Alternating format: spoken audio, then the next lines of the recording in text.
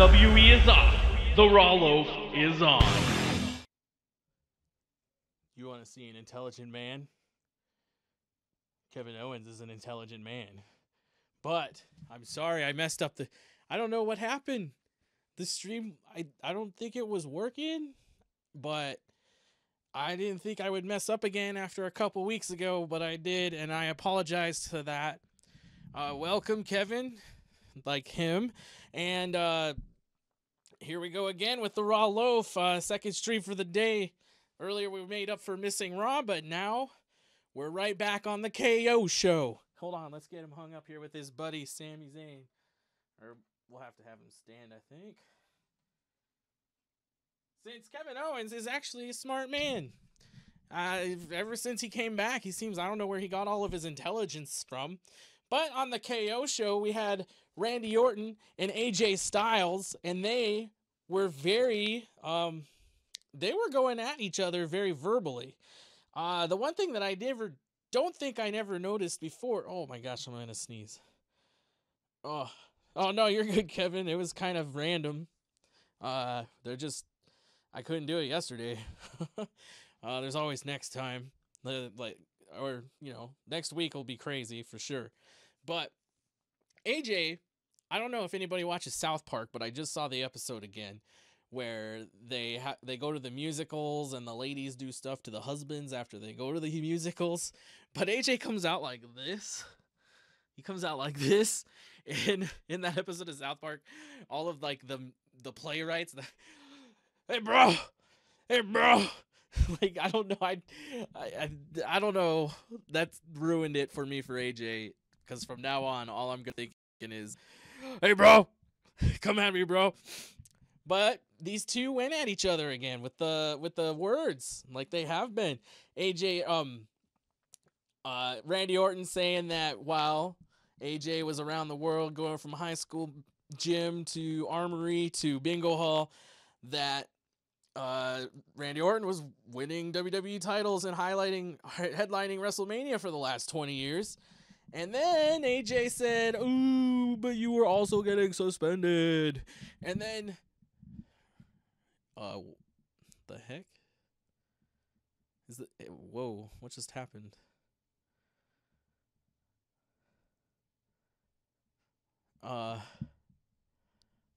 My live chat thing just like, man, things aren't working. Wow, everything's going crazy right now. Must be the craziness of WrestleMania week. But anyways, I told you the demon would come out of WrestleMania. And yeah, you were right. He did it. And I haven't watched Sharon yet. I've been busy. Hold on. Calm down. So, yeah. Yeah. So AJ went ahead and he told Randy. Randy said that since John Cena ain't around anymore, which is bad news. Hopefully he comes back by Sunday. Since John Cena ain't around anymore, AJ Styles has become the corporate beep. Yes, Brock is wrestling this Sunday against Seth Rollins. And then right after Randy Orton made that line, used that big bomb, Kevin Owens, smart man right there, he just took off. This is smart. Like, I don't want to fight. I don't fight on my talk show. He just left. What's up, Stud Ice? How you doing? Welcome to the Raw Loaf. Thanks for making it in after I had another technical difficulty. But I don't have McMahon money, so I can't. I don't think I could perform just as well as him. But next up, we had Aleister Black and Ricochet. And they're teaming with the Usos, who I guess are good guys now. But they're taking on the Bar and Rusev and Nakamura. Which we should really, that group we should just be calling the New League of Nations. They don't have Wade Barrett. They don't have Alberto Del Rio. But, just call them the League of Nations the New League of Nations. And Daniel Bryan can join them, and he could be the American part of it. Actually, the League of Nations should have been the New League of Nations anyway, because the League of Nations don't exist anymore. But anyhow, Cesaro had a huge European uppercut. Oh my God. I thought somebody was going to be dead. But Jey Uso took a beating like no other in this match. The Usos ended up winning the match with the double super kick to Rusev. Rusev got pinned, probably because his wife was on Twitter doing things she shouldn't have been doing. He just wasn't feeling comfortable in that match, and it was on his mind, and he lost focus, and that was the demise. And then Alexa Bliss comes out. She makes the announcement. Oh, it's a fatal four-way at WrestleMania with all of those teams. So look at this. Here's the theory that we're gonna run with here on the Raw Loaf. The Raw Loaf Live. Hashtag the Raw Loaf. 8 is the magic number for WrestleMania this year. Look, we got the women's tag team match, which has the Raw Women's Tag Team Championship match. Or it's not even Raw, just Women's Tag Team Championship match has 8 people in it. Now we have the Men's Smackdown Tag Team Championship match, which has 8 people in it. Last night on Raw, we had 8 Stooges, aka Washington DC police, running around trying to take care of the women's main event match at WrestleMania. So we got 3 8s. Like, what are the chances that 3 huge pieces of the road to WrestleMania are in 8s? So let's just call it right now. Let's just say the it's just the Mania number. It's gotta be. I think the 8th match of the night will be the best match. I mean, we won't know what match, but let's hope. Let's see if this theory runs through. We gotta look out for these 8s. As weird as that sounds, sometimes I look for these patterns because patterns in nature seem to come to fruition. Sometimes it's weird, but then they talked about the women's main event and how they all got arrested last night, and like I just talked about on the Raw Loaf a few hours ago, like. They had the security come down to break up Ronda Rousey, Becky Lynch, and Charlotte. And then they had the 8 goofiest looking police officers come down. And these police officers did not look like they belonged in any uniform. I've never seen cops so goofy and so irresponsibly in my life. Oh jeez, like I saw on Twitter, I don't think anybody was here that was on the Smackdown live video or the Raw recap, so I'll say it again. But I think it's worth mentioning that those 8 Stooges cops, like they can't control, like 3 of them on one competitor can't control, which is okay for security, but the cops, you got to treat the cops like they should be tougher. And then they get them out to the back, and then the first thing they do is put Ronda Rousey in a car, and then put Becky Lynch in the car in the back in the same seat. Like, that's smart. And then the cop in the front seat's like, "You guys need to calm down. You guys need to calm down." Like, whatever, cop. And then they kicked each other until they opened the door and got Becky out of there. And then my favorite part, Charlotte came up and kneed Ronda Rousey right in the face. But then, like, these cops, like, I don't know. It was like, why? Like, how are they police? Is basically my question. The 8 Stooges. I'm gonna make a video tomorrow. I'm gonna show everybody. I'm gonna put the 3 Stooges theme music or the Benny Hill theme music over that segment, and everybody will see that Washington DC police are out of their minds. And who knows? There's been a craziness going on in Washington DC, and maybe the cops there are actually out of their minds. But we'll see once I put that video up. All right. Yeah, those cops were weird, huh? Stud ice. Oh, geez, I'm gonna sneeze. Yeah, all those. I think Charlotte was saying at one point she was gonna get those cops fired, but I don't think that she needs to do that, because those cops couldn't contain a cold in a person with like a severe immune deficiency in their bodies. Like, like it was so funny to me. But like I said, I'll put that video up tomorrow on Twitter, and we'll see if everybody agrees or not. Next up, we had the Iconics. They came out.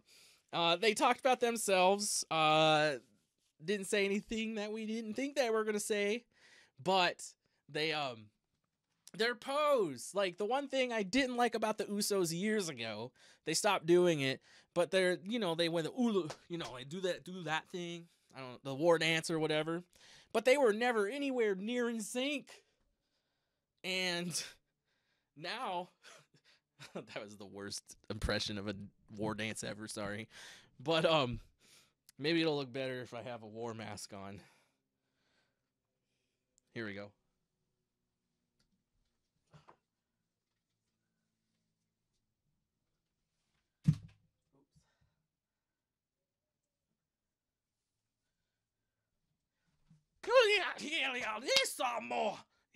More. No. Maybe, I don't know. But anyways, so yeah, theirs is so much simpler, and it would be so cool if they could just get in sync, but they're not in sync. I don't think they can win their WrestleMania match if they can't get a simple maneuver. I love it, but they're always they're in different positions. They act so much alike that for them to not be in sync on a simple maneuver is a little outrageous. Where I get so many masks. So, you're from America. After Halloween, they have Halloween discounts, and every year I go I wait a week, and then I basically just go scrounge up all of the masks, all of the Halloween stuff, because I like to make movies. That's what Juan earlier was talking about, asking if I'd watched Sharon yet. Juan was supposed to be in a short film that some of my friends shot called Sharon. Juan couldn't do it because of work, so I filled in for him. And I like doing movies and short films and stuff. And, but that's why I buy all this stuff, because you never know. Yeah. $3 cowhead mask. Oh yeah, the candy too. Oh my God. Not to get off topic here, but Easter is my favorite holiday because of those Reese's peanut butter eggs, and I think they're too expensive, and I know they get away with it because it's Easter, but after Easter, when they're half off, or if you go to a small town, their Walmarts will have it 75% off. Boy howdy, let me tell you, my gut expands for 2 weeks because it's filled. Oh my gosh, Stud Ice, if you get a moment, I want to see your $3 cow mask. Tweet it to me. So anyways, next up we have The Miz taking on Sanity on a 1-on-3 handicap match. But before the match starts, Shane McMahon comes out, and before he talks, of course, he has Greg Hamilton. And Greg Hamilton has to say his introduction, the best in the world. However, if you ask me, Greg Hamilton could do a lot better. And if Shane McMahon really wants to be a badass, he needs to have Greg Hamilton say, "Now it is my pleasure to introduce to you the cage diving, the coast-to-coast flying, the SUV riding, potato face beating, best in the world,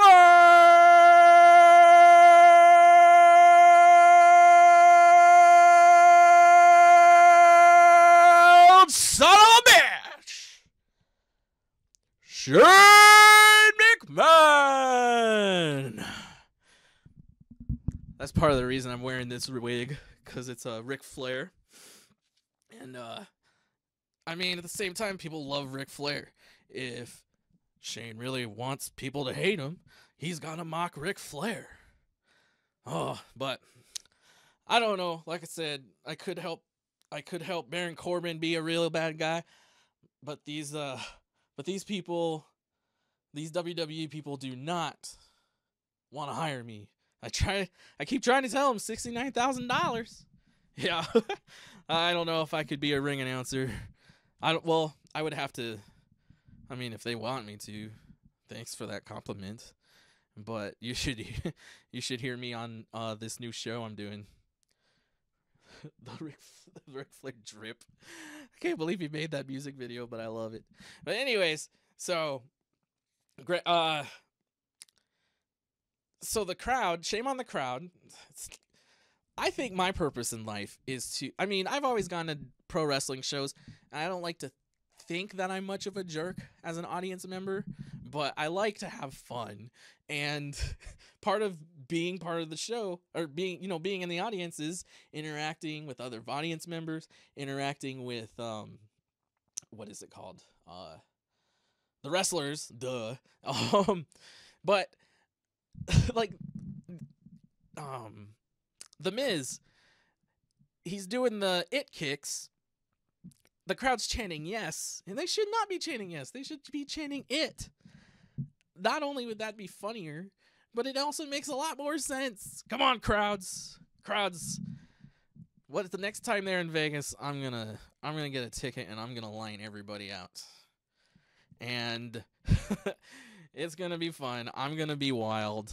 Hopefully I'll be on camera. If they'll let me stay on camera. I wonder how many of these masks I could bring in.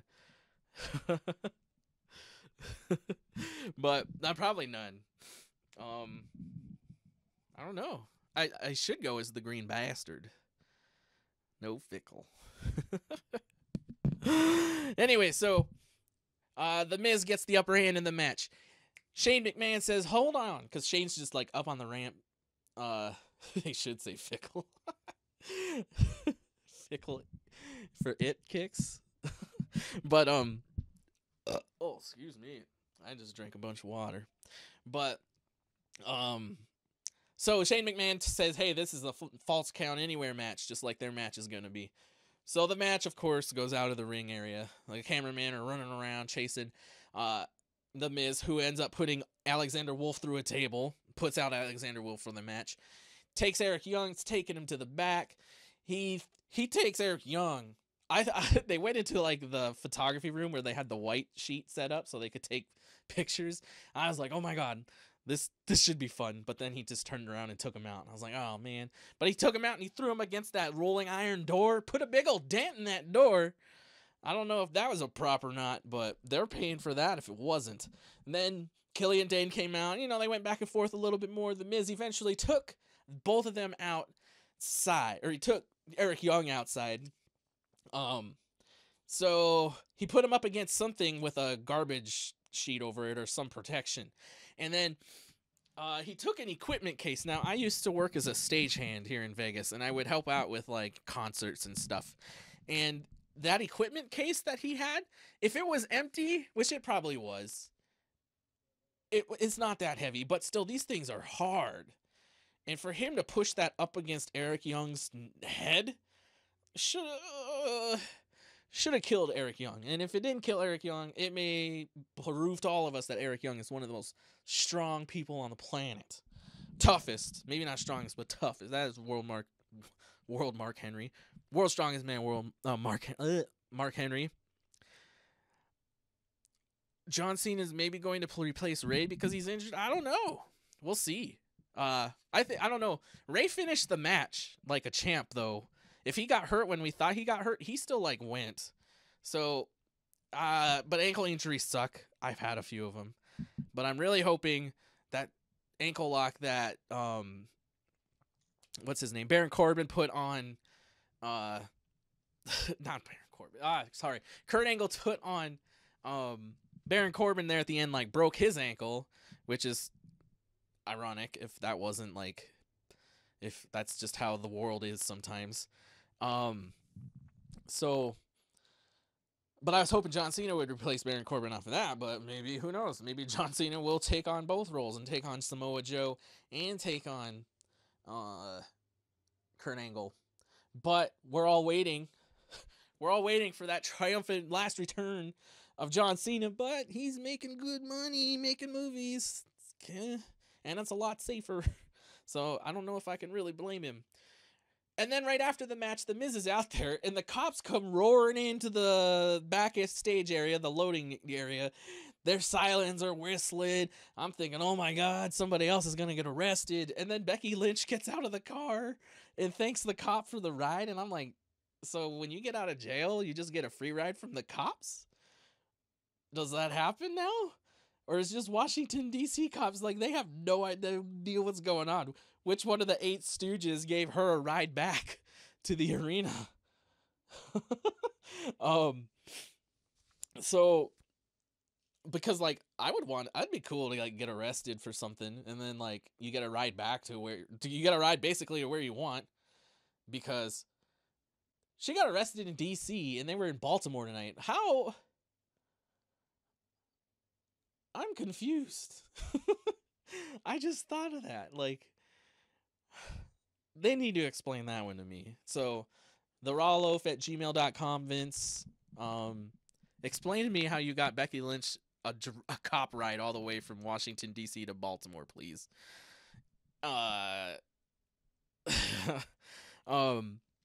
Anyways, so Corey Graves introduces Becky Lynch. Becky Lynch just goes into the ring, grabs the mic, jumps up on the announce table, and she claims that this whole last year, setting up from last WrestleMania, is going to make her the double champ. And she did the most polite mic drop that I have ever seen. It was like she looked down, she made sure everything was clear, and let's just hear. We just use this since Fandango is like never going to return. We'll just use one of my Fandango. So she's holding the mic, and she's like, "I'll be double champ" or whatever. And then she goes like this. She looks down. I guess she was making sure Byron Saxton wasn't down there. And then she went, "Oop." And then they were like, "What a mic drop!" And I was like, that was the nicest mic drop. Imagine if the table broke." Okay, so Becky Lynch is a girl, and I'm not gonna try to be like misogynistic or racist or sexist or whatever, but if the table broke on Becky Lynch, do you think her first thought would be, am I fat? I don't know. I've had so many girls ask me that for like random things, and I'm just like, you stood up on the table and the table breaks every week, and I'm sure they get tired of putting that table together, so they may have just stapled it together that night because they were expecting it to break anyway, Becky.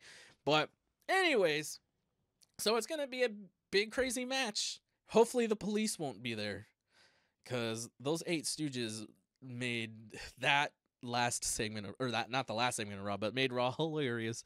Anyways, so next up we have the largest 18-person mixed match in history for the WWE. What sucked about this is I like Naomi's entrance, but right when they went to commercial break, they showed the little picture-in-picture, still kept showing what was going on Smackdown, but it had no music, and Naomi came out, and she was dancing, but you couldn't hear the music. And I was like, oh, man. Side note, there was one time I was at Raw here in Vegas, and this guy was sitting behind me. This guy loved Naomi. Oh, my God. He lost his mind. But he was my favorite crowd member ever that I've ever been in any crowd. I didn't really talk to him much. He turned around and said a few things. And and I can't remember who I was talking to or who I was yelling at. And I said, "Hey, come on! Rip his eyes out! Rip his eyes out!" And this guy behind me goes, "Oh my God." Like, he was like super offended. But anyway, it's just the way he said it. It was funny because he did not probably expect to hear anything like that at Raw that night. So this 18-person mixed tag match started off like the refs have been so like off. Like, if they don't want to hire me as an announcer, I will totally be a ref, because these refs, they don't know how to do countouts like at all. Countouts, like, why even have them? Because 90% of the time the refs don't start counting until like a minute after they're supposed to be anyway. Yeah, the intros were a little disappointing. Yeah, the intros are like always disappointing. Like last night, you got to see Ricochet and Aleister Black do the intro, and they have cool intros. But then the Raw Tag Team Champions did not get an intro. Not as cool as theirs, but still, they're the champions. But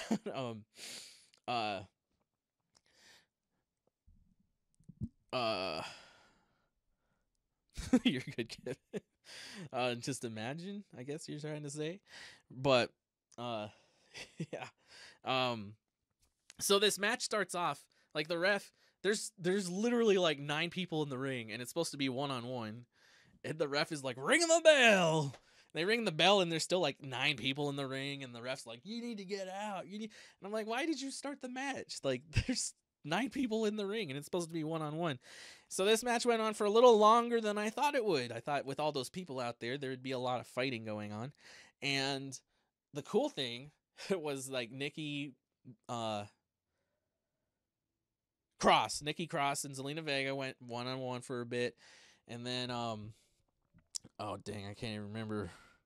Anyways, Lacey Evans came out, and I don't get her anymore.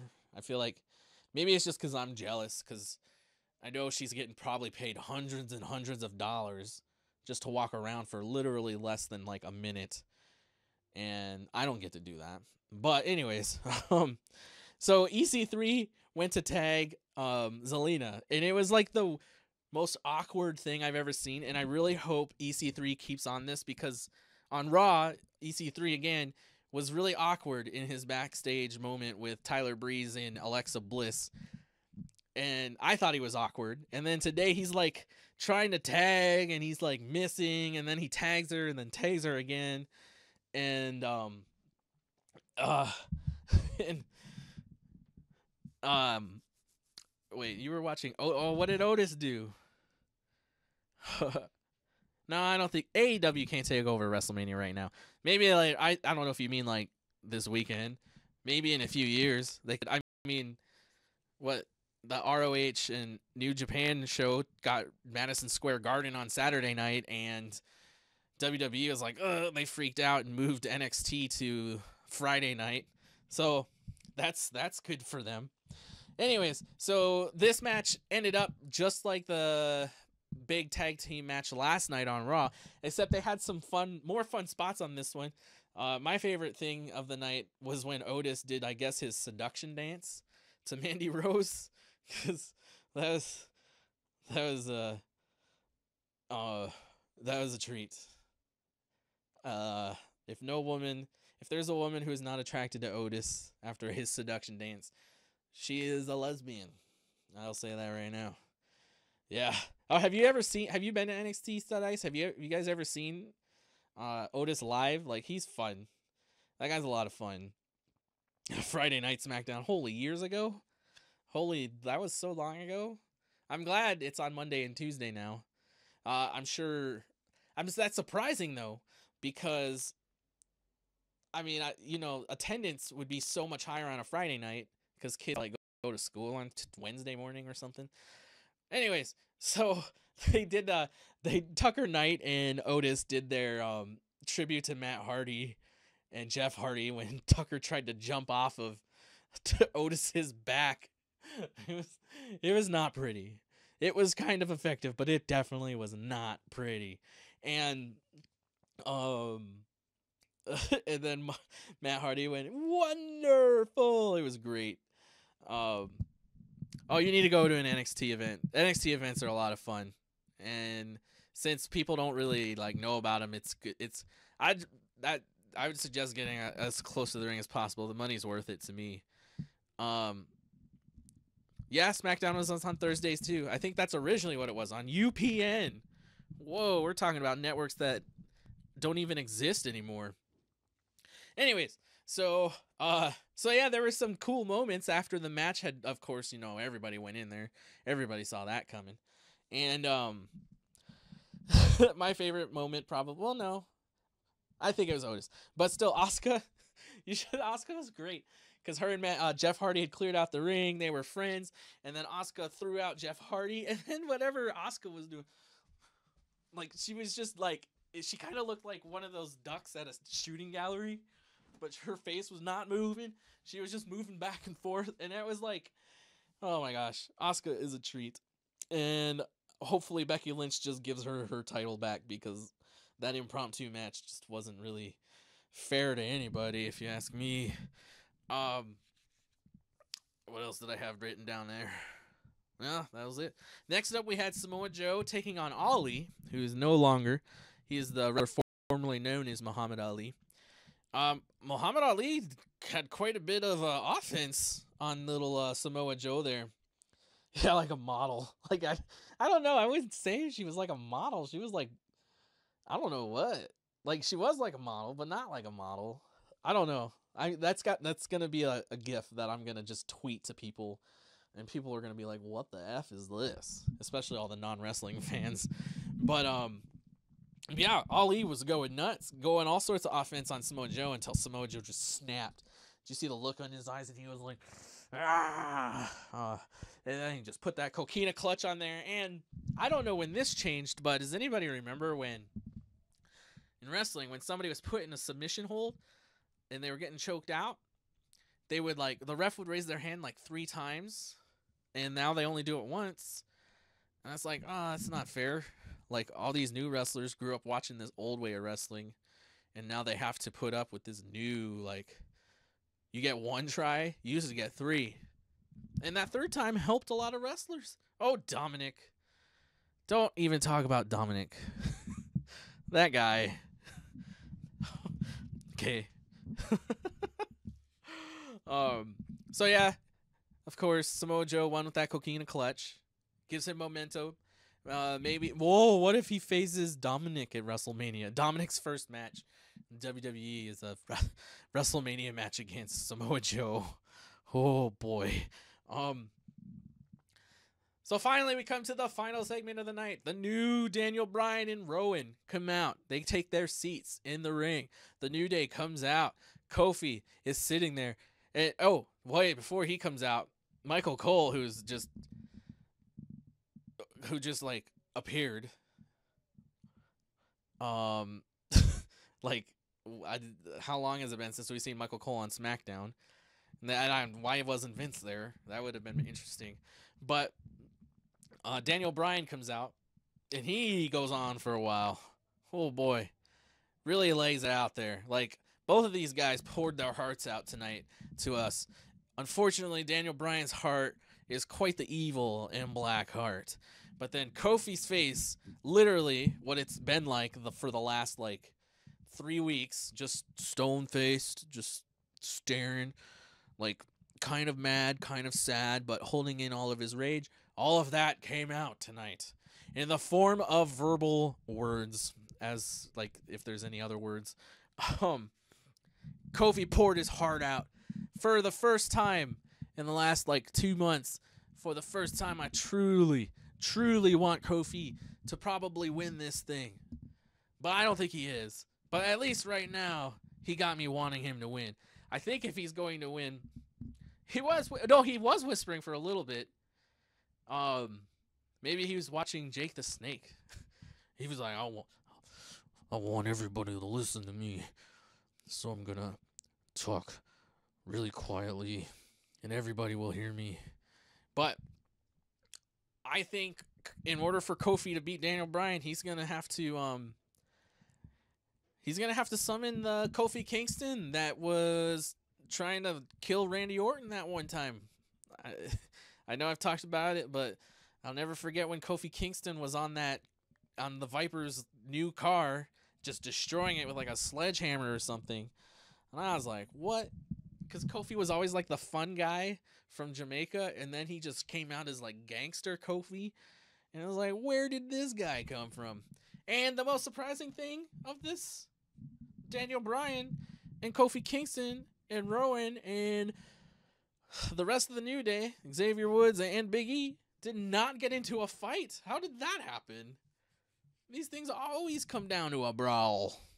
But they did not tonight. I think Kofi is going to win, but Big E will turn heel and go after the WWE Championship. Ooh. Why not Xavier Woods? Why not Xavier Woods? I feel like Kofi might win at SummerSlam, and someone will cash in on him if he doesn't win on WrestleMania. Ooh.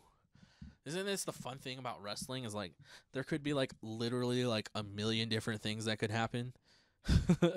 And who's going to AEW? Kofi Kingston What if Kofi wins the championship, and then he's like, I'm going to AEW because they're paying me like $500 million, and he could take the WWE championship over there.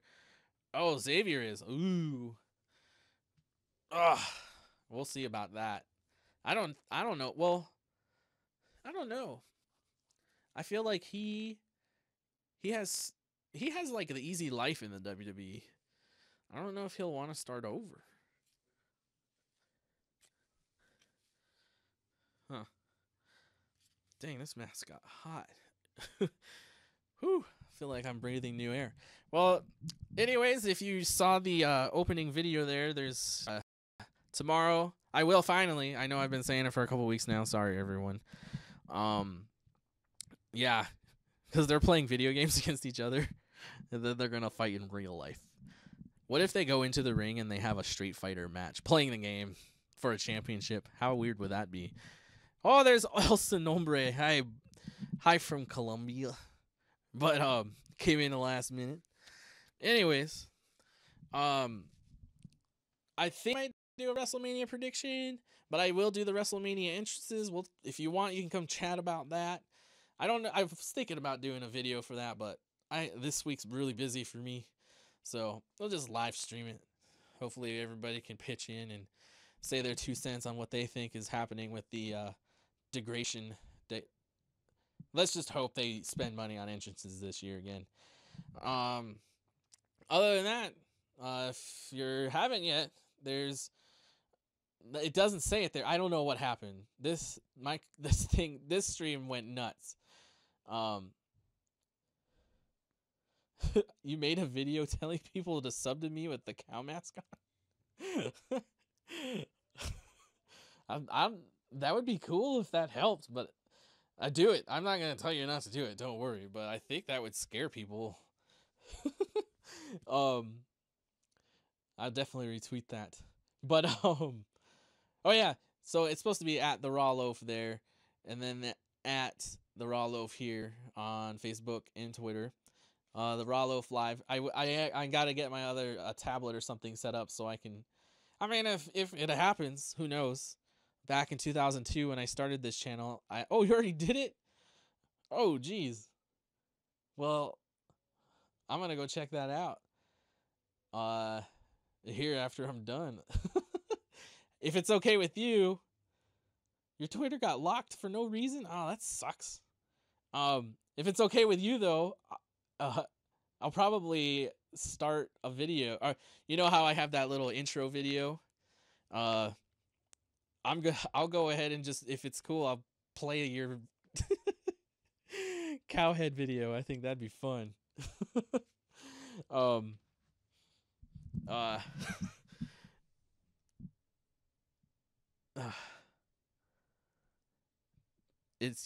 tweeted like 5 times in an hour. Twitter is weird. All these social media platforms, they have all these algorithms that try to catch people. Like if you follow too many people too fast, it'll they'll flag your account or something. So here's the bad joke of the week. Which wrestler said his name wrong, and therefore everybody calls him that, as he dove onto the ring and missed his opponent?